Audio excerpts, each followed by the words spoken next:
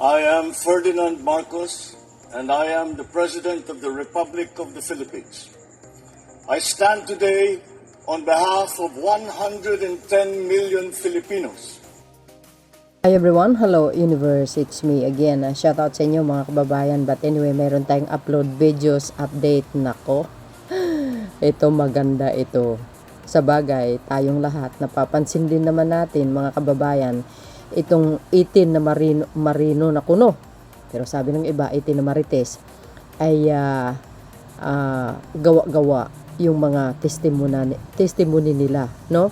Alam niyo, sa totoo lang, hindi po din tayo nagkamali sa pananaw natin sa yung pakiramdam natin na itong ginagawa nila, no, sa paninira kay Pangulong Marcos Jr. Gawa-gawa lang talaga, no? So bakit kanyo binawi yung mga testimony nila, guys, yung unang testimony nila na nagdala sila ng pera kay Pangulong Marcos Jr. Bakit kanyo?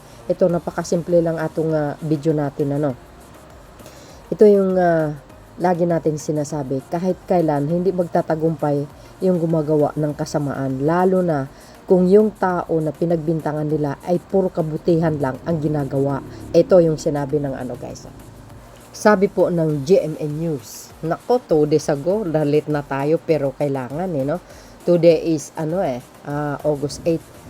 August 9, 2026. Sabi dito mga kababayan, no?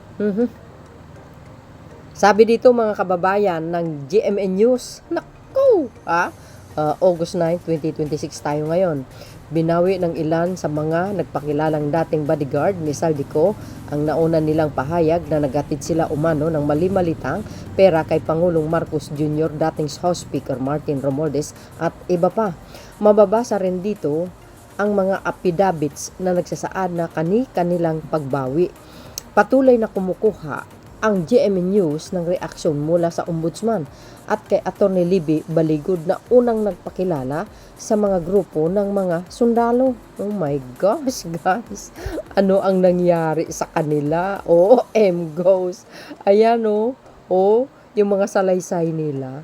Hala, grabe. Ayan, Kaya nga sabi ko si Pangulong Marcos Jr., kampanting-kampante, bakit kanyo? Kasi wala naman talaga Hindi naman kasi totoo yun mga sinasabi nila pakana lang yan ng mga kalaban para ang akala nila kagatin ng tao, yung mga paninira nila kay Pangulong Marcos Jr., yung mga gawa-gawang istoryahe ng mga salot sa lipunan, pero kahit kailan di sila magtatagumpay. Sapagkat ito si Pangulong Marcos Jr., guys, puro kabutihan ang kanilang ang kabutihan ang kanyang ginagawa at pagtulong sa kapwa talaga. Di ba?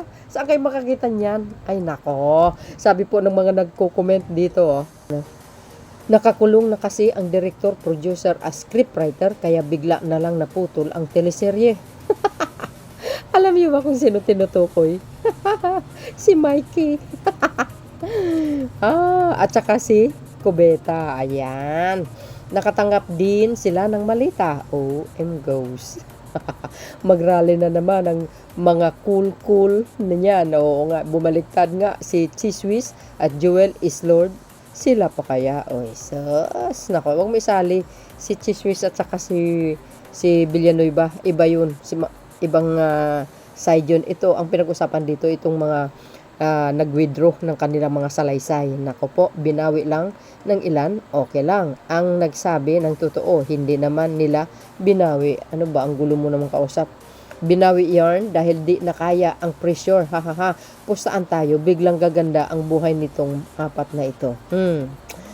DDS be like, nabigyan na din ng malita yang mga yan, di kayo naloka. Bumaliktad na kasi nabayaran na. Ayun. Baka guys, sa aking pananaw, kaya sila bumaliktad, baka naman hindi tinupad yung mga pangako sa kanila, di kaya naloka. Hirap siguro maging DDS. Oo nga Yun ang sinabi ng nakakarami. Mahirap talaga kumampi sa taong gumagawa ng kamalian. Lalo na yung isa nililitis ngayon, di kaya naloka. Nabigyan na nga ng malita yung mga kargador ng malita. Di kayo naloka. Ano ba yan? Takot o nabili na rin sila? Alam nyo guys, no, sa totoo lang, yung nasasangkot ka sa mga ganitong klaseng masamang gawain, alam mo ba, dudurugin ka ng konsensya mo. Kasi bakit? Pagbintangan mo yung tao na wala namang ginawang kasalanan, na hindi naman totoo. Lalo na Pangulo ng Pilipinas, di kayo naloka. Konsensya mo yun eh. Alam na alam mo at nakikita mo kung paano siya magtrabaho. 'Di ba? Wala na may inconsistency issue na sa statement nila. Do you think they can be used as a credible witness after this? Of course not. Hindi na guys.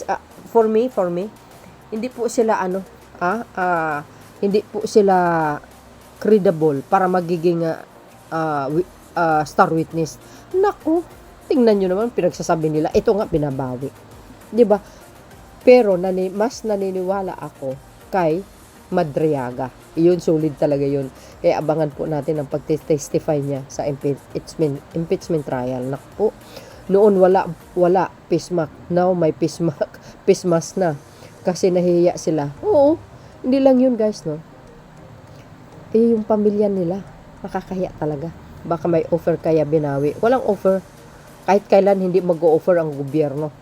Hindi po gawain ni Pangulong Marcos Jr. yan kung yun siya ang tinutukoy mo. Malabo mangyari. Maari siguro sa mga iba. Kunwari nagulat kami, edi kinaloko. DDS, nabigyan ng malita ang 4. Direct, bakit na iba kaagad ang script? Yun ang masaklap. Baka yung pamilya nila na delikado o kaya nakamalita na din kaya bumaliktad. Parang cheese at jewel lang yan. O hindi kasulukuyan yata dinidinig yung mga kaso nito, no? So, iba si Joel, iba si Cheesy. Ito na talaga ang scam nila. Siyempre, para di na talaga makulong si dating speaker. Hindi yun. Yung sinasabi nila, ang sabi ng ombudsman, si speaker daw ang behind sa pagbaliktad ng mga ito. Malabo mangyari. Sa totoo lang, no? Isang prominenteng pamilya si dating Speaker Martin. Kaya lalaban yan hanggang dulo. Maniwala kayo sa akin. Although yung ako sa kanya ni Ombudsman, lalaban yan. Hindi po, hindi aatras si Speaker Martin. Kaya abangan po natin yan.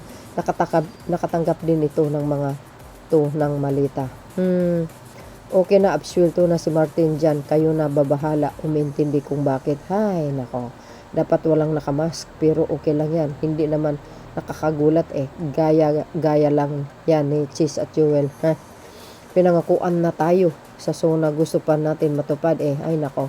Iba ang SONA. Ang pinag-usapan dito, yung salaysay ng mga 18 na marites. Ito yung mga bumabaliktad. Not all naman, mga kababayan. Sus Maria Joseph. Ito na nga ang sinasabi natin. Kaya abangan po natin ang kanilang mga mga iba pang mga maaring mangyayari sa susunod na mga araw. So yun mga kababayan, anong kapalagayan nyo? Ayun na pong bahalang humusga mga best. See you again on my next upload. Bye and babus. God bless Philippines. There's more. Follow me. Of course. Bye everyone.